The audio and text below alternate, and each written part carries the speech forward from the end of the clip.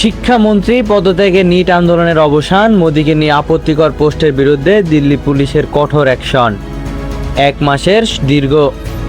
মাসের দীর্ঘ নিট পরীক্ষার বিতর্ক ও আন্দোলনকে কেন্দ্র করে তৈরি হওয়া উত্তাপ যখন সবেমাত্র প্রশমিত হতে শুরু করেছে, ঠিক তখনই নতুন এক পদক্ষেপে আলোচনায় উঠে এসেছে দিল্লির পুলিশ।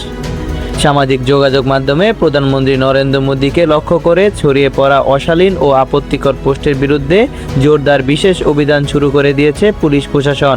ভারতীয় গণমাধ্যম এনডিটিভির প্রতিবেদন অনুযায়ী ফেসবুক, টুইটার এবং ইনস্টাগ্রাম সহ বিভিন্ন সামাজিক যোগাযোগ মাধ্যমে ইতিমধ্যে আনুষ্ঠানিকভাবে নোটিশ পাঠিয়েছে দিল্লি পুলিশ।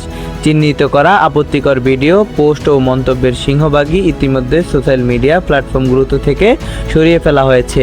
এছাড়া নতুন করে যাতে কোনো আপত্তিকর তথ্য ছড়াতে না পারে তা 24 ঘন্টা পর্যবেক্ষণ রাখতে পুলিশের একটি বিশেষ দল গঠন করা হয়েছে। উল্লেখ্য, কেন্দ্রীয় শিক্ষামন্ত্রী ধর্মেন্দ্র প্রধানের পদত্যাগের ঠিক পরদিনই দিল্লি পুলিশের এই অভিযান শুরু হয়। শিক্ষামন্ত্রীর পদত্যাগের মধ্য দিয়েই মূলত এক মাসের বেশি সময় ধরে চলা নিট আন্দোলনের অবসান ঘটে। ককরোচ জনতা পার্টি সিজিপির নেতৃত্বে পরিচালিত এই আন্দোলনটি সরকারের সাথে সমঝোতার পর প্রত্যাহার করে নেওয়া হয়। আন্দোলনকারীদের দাবি ছিল শিক্ষামন্ত্রীর পদত্যাগ সহ তাদের প্রধান দাবিগুলো সরকার মেনে নিয়েছে। দিল্লির কনস্টিটিউশন ক্লাবে আয়োজিত সংবাদ সম্মেলনে সিজিপির প্রধান মুখপাত্র সৌরভ দাস জানান, সরকারের সঙ্গে চুক্তি নির্ধারিত সময়ের মধ্যে বাস্তবায়নের প্রত্যাশা তারা আন্দোলন প্রত্যাহার করেছে।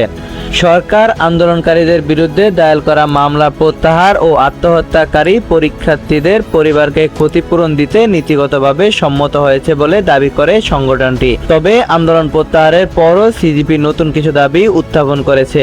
এর মধ্যে রয়েছে আত্মহত্যাকারী পরীক্ষার্থীদের পরিবারকে 1 কোটি রুপি ক্ষতিপূরণ দেওয়া, আন্দোলনকারীদের বিরুদ্ধে কোনো ব্যবস্থা না নেওয়া এবং পুলিশ ও র্যাপিড অ্যাকশন ফোর্সের প্রকাশ্যে ক্ষমা প্রার্থনা। তবে প্রধানমন্ত্রীকে নিয়ে আপত্তিকর পোস্টের বিরুদ্ধে দিল্লি পুলিশের চলমান অভিযোগ নিয়ে সিজিপির পক্ষ থেকে এখনও আনুষ্ঠানিক কোনো মন্তব্য করা হয়নি।